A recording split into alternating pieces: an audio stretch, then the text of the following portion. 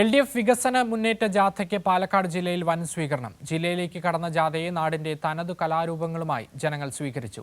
ജില്ലാ അതിർത്തിയായ കുമാരനെല്ലൂരിൽ CPIM ജില്ലാ സെക്രട്ടറി EN സുരേഷ് ബാബുവിന്റെ നേതൃത്വത്തിൽ റാലിയെ സ്വീകരിച്ചു.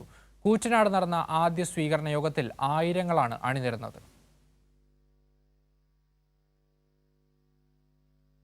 ഇടതുപക്ഷത്തിന്റെ ഉറച്ച കോട്ടയാണ് പാലക്കാട്.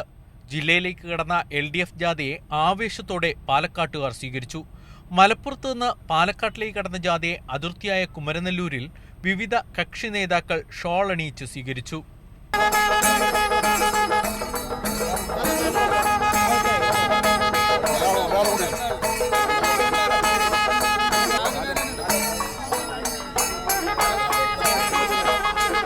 തദ്ദേശ എക്സൈസ് വകുപ്പ് മന്ത്രി MB രാജേഷിന്റെ നിയോജകമണ്ഡലമായ തൃത്താലയിലായിരുന്നു ആദ്യ സ്വീകരണ യോഗം. BJPയെ വെള്ളപൂശാനുള്ള ശ്രമങ്ങളാണ് UDFും പ്രതിപക്ഷ നേതാവ് VD സതീശൻ നടത്തുന്നതെന്ന് ജാഥ ക്യാപ്റ്റൻ കൂടിയായ CPIM സംസ്ഥാന സെക്രട്ടറി MB ഗോവിന്ദൻ കുറ്റപ്പെടുത്തി.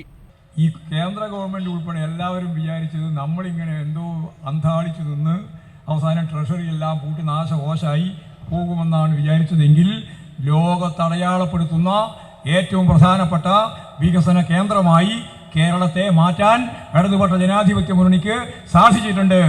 പട്ടിണി പങ്കുവെക്കലല്ല ഇടതുപക്ഷ ജനാധിപത്യ മുന്നണിയുടെ ചുമതല. കേരളത്തെ വളർത്തലാണ്, കേരളത്തെ മുന്നോട്ടേക്ക് നയിക്കലാണ്. അപ്പോൾ VD സതീശൻ എല്ലാ ദിവസവും രാവിലെ 2 കളവ് പറയണം. എല്ലാ ദിവസവും നുണ ജാഥയാകും. നുണ പറയുന്ന ഒരു ജാഥ, ഇതുപോലെ ഒരു ജാഥ ഇതിനു മുമ്പ് UDFുകാർ കേരളത്തിൽ നടത്തിയിട്ടേയില്ല. മുഹമ്മദ് മുഹസിൻ MLA ആയ പട്ടാമ്പി, P മമ്മിക്കുട്ടി MLA ആയ ഷൊർണൂർ തുടങ്ങിയ മണ്ഡലങ്ങളിലും ആദ്യ ദിനത്തിൽ സ്വീകരണം നൽകി. 3 ദിവസം നീളുന്നതാണ് പാലക്കാട്ടെ യാത്ര. കർഷകർ ഏറെയുള്ള സ്ഥലങ്ങളിലൂടെയാണ് പാലക്കാട് ജില്ലയിലെ ആദ്യ ദിനം LDF റാലി കടന്നുപോയത്.